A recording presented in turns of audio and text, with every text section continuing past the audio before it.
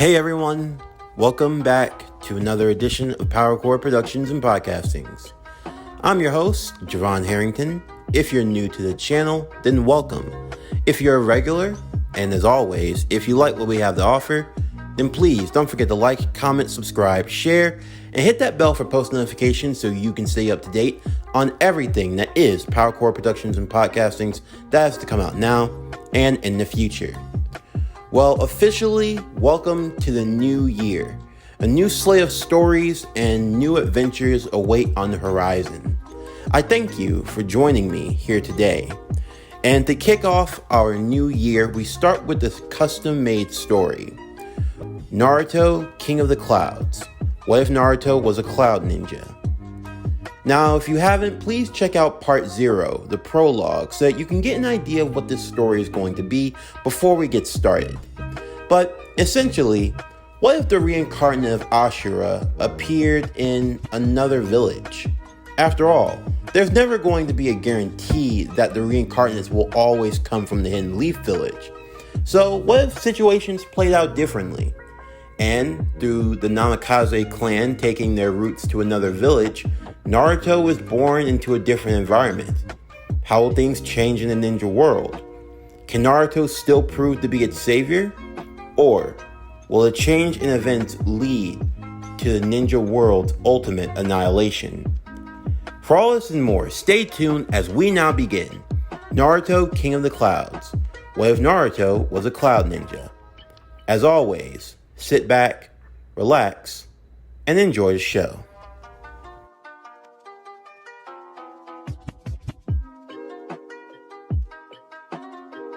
Naruto awoke to absolute silence. Of course, this wasn't anything unusual for him. When your father was the Raikage and your mother was his assistant, you often tended to wake up or come home to a house that was rather barren and empty. Of course, in terms of material needs, Naruto never wanted for anything. You could say to an extent he was a bit spoiled. Of course, Naruto was excited for this day in particular. A day he had been waiting for ever since he could understand words, ever since he could walk. It was the day of the Genin graduation exams. For the shinobi of the Hidden Cloud, they had experienced an unparalleled time of peace. Of course, this peace was fractured. You could say it was hanging on by nothing more but a thread. But still, it was pretty hard to complain when you were one of the 2 villages in the world that no one wanted to fight, and your only other rival had no real intentions of wanting to go to war with you. This was the state of the Hidden Cloud village. Under the eye of Minato, who had been chosen after the death of the 3rd Raikage, he saw to it that the Hidden Cloud would remain strong, but they would not be the aggressors. Of course, there were still a few in the Hidden Cloud who did not agree to this new style, this new way of thinking. None more so than the son of the late 3rd Raikage, the one known as Lord A. He did not care for Minato's style of leadership. He believed that it only made their village weaker, to try to be like those of Konoha. And sadly, for Minato, when it came to A and his outbursts, he had to bear the brunt of it constantly. Like today, as he sat in a council meeting with his top Jonin officials, A being among them. Since he wasn't the Raikage in this timeline, he continued serving as one of the Cloud's best Jonin leaders. And they were talking about an ever-growing problem brewing from the east. This is the 3rd time this month, Lord Fourth.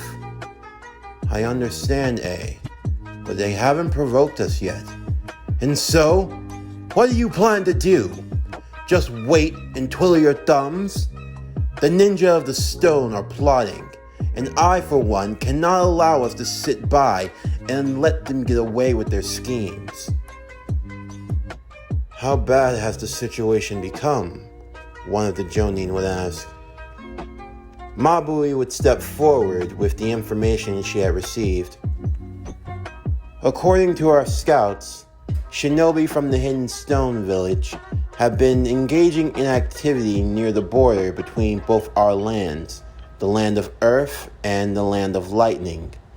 Of course, there is a neutral country that lies between us, and after the Third Great Ninja War, we had signed a treaty that would allow for neither side to take refuge in that area.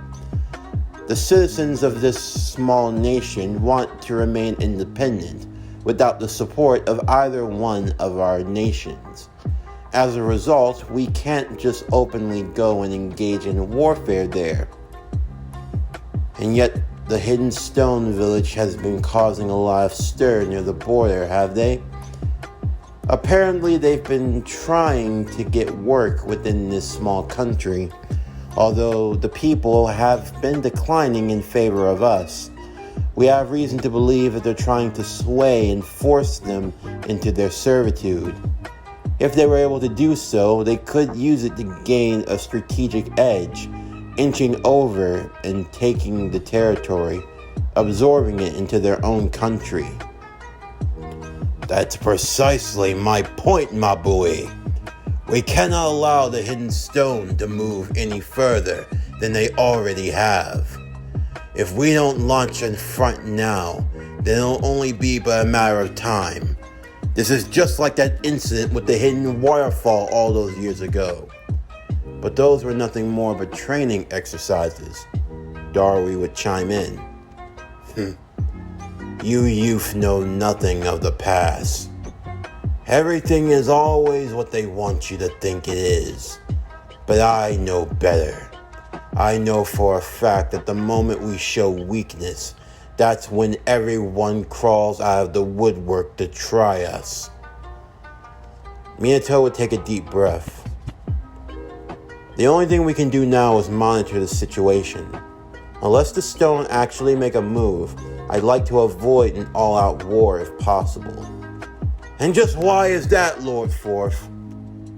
A few in the room would roll their eyes. A was about to go on yet another tirade. We've been over this time and time again, A. The world is at a critical juncture at the moment. There's no need to stir the pot and cause unnecessary trouble. Unnecessary trouble? You have these other villages going about doing as they please, while you sit idly by and do nothing. It's bad enough that we're always on the lookout when it comes to Konoha. Konoha has not caused us any problems. We have no reason to engage with them in warfare. But if there was ever a time to strike, it should be now. If the rumors are to be believed that the entire Uchiha clan were wiped out, that was a good bolster of their military might. The Hidden Leaf is more than simply the Uchiha. If you believe that the destruction of one clan would be enough to defeat them, then you are surely mistaken. Even in his old age, I doubt I could take Lord Third. A would simply scoff. We both know you don't believe that. And the Hidden Stone, you would suggest that we go to war with them as well? But of course. And does this have anything to do with your own personal grudge? How dare you? You act like none of us here cared about him. Don't speak of his name, Minato. My father, he sacrificed himself for the sake of our village during a key time in the war. It was because of him that the stone could not invade the cloud. And how have we honored his memory? Have we even tried to get our revenge? Vengeance only precedes more vengeance. Let's assume that we did attack the stone, A. How many would have to die to satisfy for the death of your father? And even then, what are we to do if they retaliate? Do not forget, the stones still have ties to that of the sand and potentially even the mist, even if they are rivals at the moment.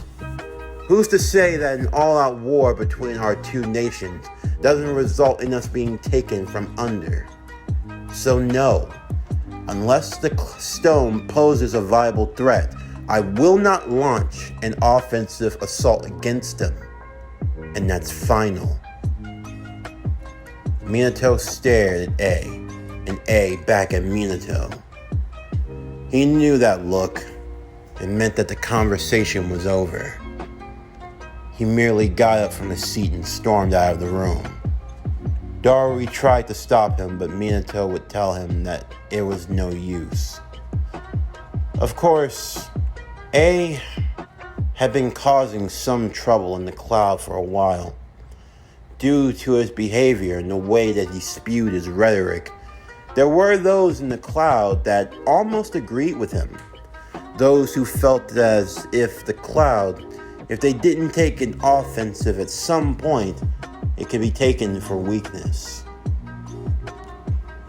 I'm sorry about that, Lord Forth. It's fine, Darui. No need to worry. Besides, it's almost time for you to get to the academy, isn't it? Oh yeah. I still can't believe you made me a Jonin captain, Master. I really wouldn't have wanted to have my own Genin team. I believe that you're the most qualified. I appreciate that. And I appreciate everything you've done for me. You were the best master I could have had. But even still, I don't know if I'll ever even be half of the master you were. Minato would smile as he placed his hand on his shoulder. You have no need to worry, my friend. I have the complete and utmost faith in you. At the academy, Naruto finally arrived, seeing his old friend Omoi as the two walked in together. Man, Naruto, can you believe it? Today's the day. We're finally going to make the rank of Genin. Yeah, I know. Finally, I can get out of this village and do something interesting for once. Oh, come on. We all know that if anyone's going to want to hang around, it'll be you. After all, you're the son of Lord Forth. Don't remind me. What? You act like it's a bad thing. I mean, it could be worse. You could have had no parents at all, potentially raised in an orphanage with nothing to feed on except store-bought ramen. You make that sound like it's a bad thing. I mean, I don't think it's a bad thing. But even still, there's always so many unsures when it comes to the facts of life. I mean, what if we're put on some team and we get stuck in enemy territory and there's no one that's going to come get us out? Or what happens if we go on a mission and we end up getting attacked by all 7 swordsmen of the mist? Or what if we end up going into the Hidden Leaf and we end up getting captured by their Anbu and taken to be tortured? I don't know if I can survive that. I mean, what happens if we go to the Hidden Sand and we end up getting stuck in the desert with no water and we end up dying of thirst? Or God forbid we go to the Hidden Stone and we get crushed in a landslide? Or what happens? Omoi, calm down. You overthink things way too much, man. You're a lot better when you don't think at all. You know, I get that a lot. I'm sure you do. Will you two idiots hurry up inside? Some people actually want to move on with their lives. Naruto felt a swift kick in the butt as he fell to the ground, as he turned to see a fiery red-haired girl with golden piercing eyes, and she looked like she was not in the mood for the two boys' nonsense. And good morning to you, Karui. If it isn't the slacker, and if it isn't the overachiever. What do you got for us today? Karui, do you have to be so mean? I mean, shouldn't we have more, understanding and goodwill? Isn't that what Lord Forth preaches? I mean, you never know what could happen. For all we know, we could be caught in a war, like tomorrow. What happens if some powerful enemy shows up? Some enemy that makes all 5 nations have to join together just to beat them. And what happens if that enemy's so strong, he can run through the whole army by ourselves? I mean, God forbid we end up in a situation where we're fighting someone that has the powers of a god. I mean, who knows what he'll do? He might do something crazy like rain fireballs from the sky. He might make some giant monster with multiple arms that end up cutting all of us down. I mean, we're talking about big stuff. What if he makes a meteorite fall from the sky and drop on all of us? Calm down, Omoise. Jeez. You and your crazy ideas. I swear, if there actually ever was a ninja that could make a meteorite fall from the sky, heck, I'll bet my whole paycheck on it. What paycheck? You're not even beginning yet. You don't have any money. Shut up, Naruto, I will! And besides, like I said, that stuff's like a fairy tale. No ninja can actually make a meteorite fall from the sky. There might be one that could. Oh, please. The day someone actually finds a ninja that can do that, that'll be the day that I actually find a dragon. Well, I mean, there is the dragon-style lightning. Shut up, Omui! All three would make their way inside of the academy as the teams would be announced. They would all be standing in attention. Naruto saw that his father was in attendance, along with his mother. Minato waved at his son, and Naruto would look away, a bit embarrassed as his father was being a bit overbearing. When it came to Minato, there were two sides to him. The side that the village saw, and the side that Naruto saw. To the village, Minato was a larger-than-life being, a hero of the Third Great Ninja War, someone who was capable of fighting toe-to-toe with any shinobi in the world today, the Yellow Flash of Konoha. And then for Naruto, he knew that his dad was the type of person that liked to cook, who liked to play music in the kitchen, the type of person that would be goofy enough in anything that he did. Of course, it wasn't that Naruto didn't love his father, of course, but still, he didn't like how people fawned over him all the time. He was just a man after all. The teams would be assigned one by one, each one given to a Jonin captain. Finally, Darui would step forward, as his team would be announced. Naruto Namikaze, Omui, and Karui. Yes! We're on the same team, Naruto! Yeah, but we got stuck with... Karui would look at the two boys angered. What's that supposed to mean, huh, Naruto? You didn't want to be on a team with me? Well, it sucks to be you. I mean, think about how I feel. A girl of my talents and abilities stuck on a team with two losers like you. Hey, we're not losers. I mean, wait, are we? No, we're not. After all, I'll show you what I'm capable of. I'll do more than a boy that just rides on the Raikage's coattails. What was that? You heard me. You just ride on the Raikage's coattails. If it wasn't for him being your daddy, you wouldn't have even been Rookie of the Year. Is that a fact? Yeah, it is. You think you're all big and much of a hotshot, but as far as I'm concerned, you're second best, Naruto. You want to prove it? Yeah, I think I do. Kari reached behind her, grabbing the hilt of her sword. Naruto grabbing his. Omui was looking around trying to figure out what he should do, and instantly, the two of them would feel a hand on both of their shoulders. Now, children, let's try to get along. After all, you're going to be teammates. Dad? How did you... I'm the Yellow Flash, son. Oh, yeah. But still, teammates shouldn't fight. Sparring and training is one thing, but remember, when you stick together, there's nothing you can't overcome. Yeah, Dad, I know, teamwork, it's so important. You should know that, Naruto. It's by working as a team that we're able to be as successful as we are as ninja. No offense, Dad, but you're a one-man wrecking crew. I mean, what teammates would you ever have? Well, I had your mother when I was younger. I mean, yeah, Mom's cool. You're cool.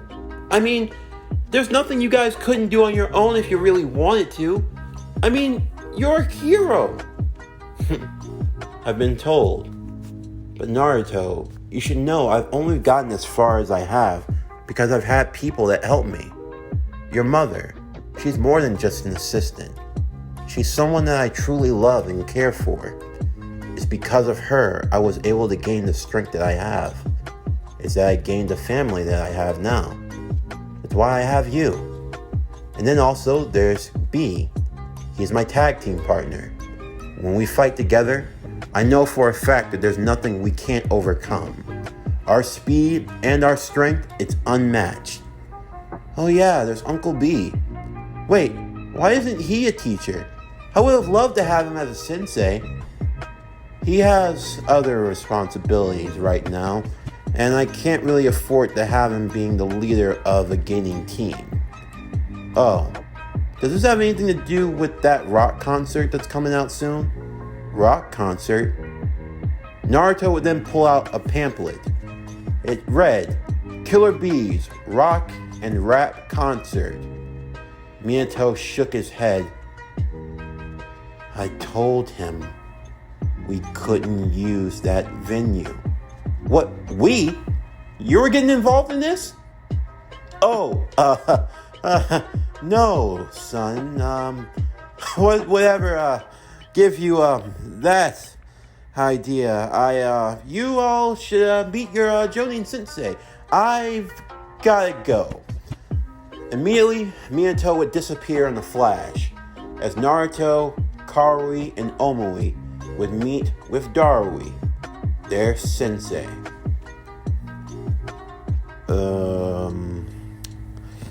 Well, how you kids doing? How you doing? I'm sorry, no offense, but you don't inspire much confidence, Karui would say. Look, kid, I didn't plan on any of this happening. This sprung on me last minute. But, I'm gonna be your captain. We're going to be Team Darui, and let's all try to get along. Easier said than done. Shut it, Karui. Alright. There'll be plenty of time for you guys to beat each other senseless. But I'm going to go around one by one. You can all introduce yourselves. You, spiky blonde hair boy. The name's Naruto. You know that. Yeah. Look, Naruto, when we're on our team thing, I'm gonna need you to address me as sensei or captain. I mean, I don't really like it as much as you do, but, you know, it's just a formality. Fine. My name's Naruto Namikaze. I like training, I like listening to music, and I enjoy trying different and new foods. I've tried some stuff that my mom and dad have brought back whenever they travel, although I've never tried anything from the Hidden Leaf, although I hear they have some really good foods, especially something called ramen. I mean, yeah, we've got store-bought ramen, but I hear they've got the real deal, and I want to try it if possible. Okay, and you? Oh, my name's Omui. I like training with my sword, I like lazing by the side of a river, and I'm told I overthink things way too much. Way too much? How about never enough? Alright then, girl with the sass. What about you? My name's Karui. What do I enjoy? Well, I don't feel like telling any of you. You don't need to know that. What do? I like to train. I want to show that there's nothing that I can't accomplish. And personally, I would enjoy nothing more than to become the next Raikage. Naruto would laugh. as Kaori looked at him angrily. "What's so funny, Naruto?" "Nothing. Is that if you think you're going to become Raikage with your skills, you have a better chance of winning the lottery." "Is that a fact?" "Well, if you think you're so much better than me, why don't you prove it?" "You know what? Why don't I?" "How about you don't, guys? I mean, we don't need to fight here." "Shut up, Omui!" The two of them would yell in unison. "Captain, they're about to fight. Aren't you gonna stop them?" "No. I don't think I will." "What? Why?" "Well, I like to call this growing pains. I mean, if we're ever going to learn to work together, what better way than by beating the piss out of each other every now and again?" "Alright, Naruto versus Kaori. You two, prepare to go at it." Darui and Omui would follow them to the training hall as Naruto and Kaori prepared for battle. Meanwhile, our story would take a shift. This story is more than just about Naruto. Yes, our focus will be switching perspectives at different points in time. We won't just be focusing on Naruto and his adventures in the Hidden Cloud. We'll also be focusing on another story. If you saw part 0, then you're aware that our favorite pink-haired girl is a bit different. A bit different in the sense that her personality, her background, her upbringing, all of them took a change. I'm talking about Sakura, a girl you once knew by the name of Sakura Haruno, now sported a different name, Sakura Uzumaki, a girl that was hated by her village. Why? Because what she contained inside of her. She was the Nine-Tails Jinchuriki. As such, she was scorned by the village, left alone and isolated. For Sakura, she reached a point in her life where she truly didn't care anymore. She chose not to let the words of other people get to her, and instead, she just believed in causing absolute havoc. Graffiti all over the Hokage faces, causing pranks and troubles wherever she went. It was something that the Hidden Leaf was growing ever tired of, none more so than her teacher, Iruka. When it came to her grades, surprisingly enough, the girl wasn't dumb. She was actually pretty smart. The only problem was that she skipped class so many times that she often had a failing grade. Something that could have easily been avoided if she just showed up enough. Iruka would find the girl hanging out at Ichiraku Ramen, where she loved to eat, before scolding her. "Sakura! Hey, Sensei. Sakura! How many times have I had to tell you? You can't just skip class whenever you want." "I'm sorry, but I have a really good excuse this time, I promise." "Oh yeah? What's that?" "I had this coupon for buy one get one free Ichiraku Ramen, a large bowl, the pork miso, with the extra noodles. I mean, it was expiring today. I didn't have a choice. This was a life or death situation. I could have died if I didn't cash this thing in. You would agree with me, wouldn't you? Wouldn't you?" Iruka grabbed her by the scruff of her shirt as he carried her back to class. "Sakura, you know, the graduation exam is coming up. If you keep stalling like this, you're never going to pass." "Who says I want to? I could think of a lot of better things than being stuck with Miss Prim and Proper." "Ino's not that bad. She's the worst. Every time I have to hear her, If she mentions my forehead again, I'm going to take my bow staff and shove it up her. Hey, now! No. What? I wasn't going to do anything too bad. She'll live. She might not be able to sit down for a while, but she'll live. Sakura! I really think if you apply yourself, you'll have a chance. Don't you want to at least give yourself a chance to succeed? You act like I can't succeed now. I'm doing alright.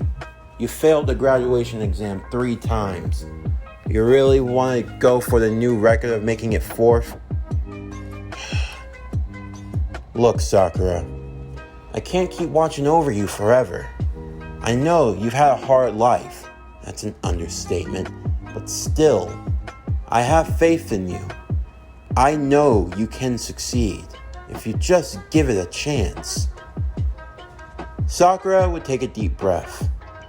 Even though she didn't want to admit it, Iruka was right. After all, he was one of the few people that had actually been kind to her and actually tried to look out for her with the best interest. Because of this, Sakura decided she would give it her all. She would give the graduation exam a shot. Of course, the story went about as well as you would expected, although it wasn't too bad either. For one thing, Sakura wasn't bad at using basic ninjutsu, at least to some degree. She could use substitution and transformation well enough. It was the clone jutsu that gave her the most trouble. Even though her chakra control wasn't all that bad, it was still a little off. It was like there was something about her. It was like she could hit close to a bullseye, but never be quite on the mark. Her clones would either be too well made and they'd end up not sustaining themselves, or they wouldn't be strong enough and they'd fizzle out. Of course, the graduation exam would go about as well as you would have expected. Despite Sakura's best efforts, she wouldn't be able to pass. This only left her feeling more ashamed, feeling an even stronger sense of defeat and of loathing. However, there was someone that offered her a chance that she never thought she'd get. It was by none other than Mizuki, one of the teachers at the academy. The story would go about as well as you would know it to. Sakura would find herself stealing the scroll of sealing and would learn the shadow clone jutsu and would even use it to save Iruka's life. You could say that the more things changed, the more things stayed the same. But there were changes in this world. Changes that would affect our characters in ways that they didn't even know.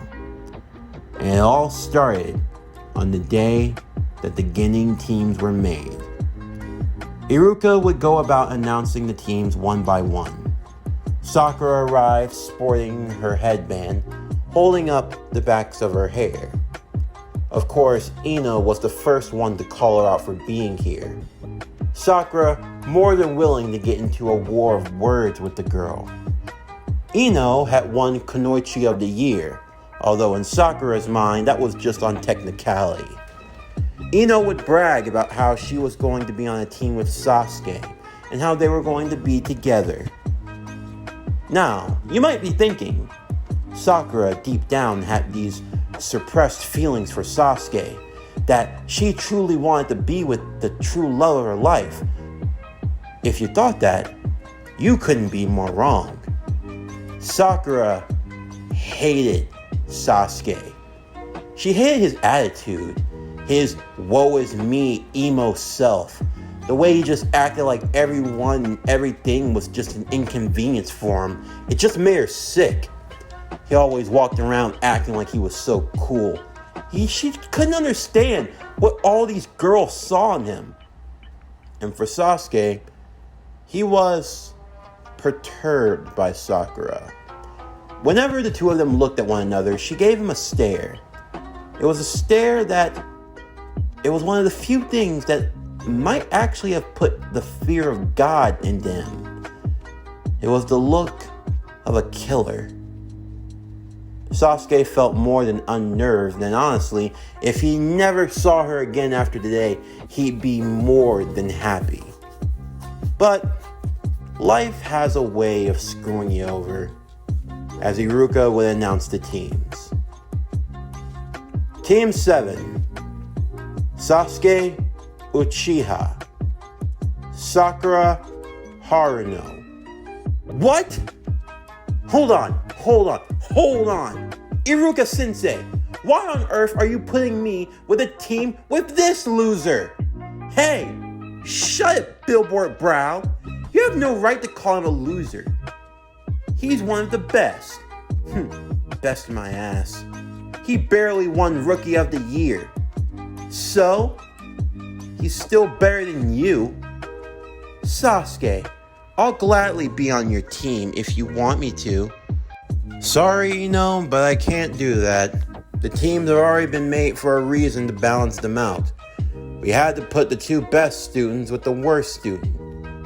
Then who's the worst of the three of us? That would be you, Sakura. Wait, you didn't announce. Who's the third member of our team? Oh, you're right. Team 7, let's see here. Sasuke Uchiha, Sakura Haruno. Here it is. Neji Hyuga. The two would look over, as Neji looked back to them, with a calm and stoic look on his face. Neji staring right into the eyes of Sasuke Uchiha, the Rookie of the Year and the runner-up, along with the dead last, all together on the same team. This concludes Naruto, King of the Clouds. What if Naruto was a cloud ninja? Part 1. As always, if you enjoyed today's video and everything else that we have to offer, then please don't forget to like, comment, subscribe, share, and hit that bell for post notifications so you can stay up to date on everything that is PowerCore Productions and Podcastings that is to come out now and in the future. Stay tuned for tomorrow's video as we begin our second new story here on the channel, One Piece Omniverse. What if Luffy had the Omnitrix? But anyway, that's going to do it for the end of today's video. I'm Javon Harrington with PowerCore Productions and Podcastings. Signing off, and I'll see you next time.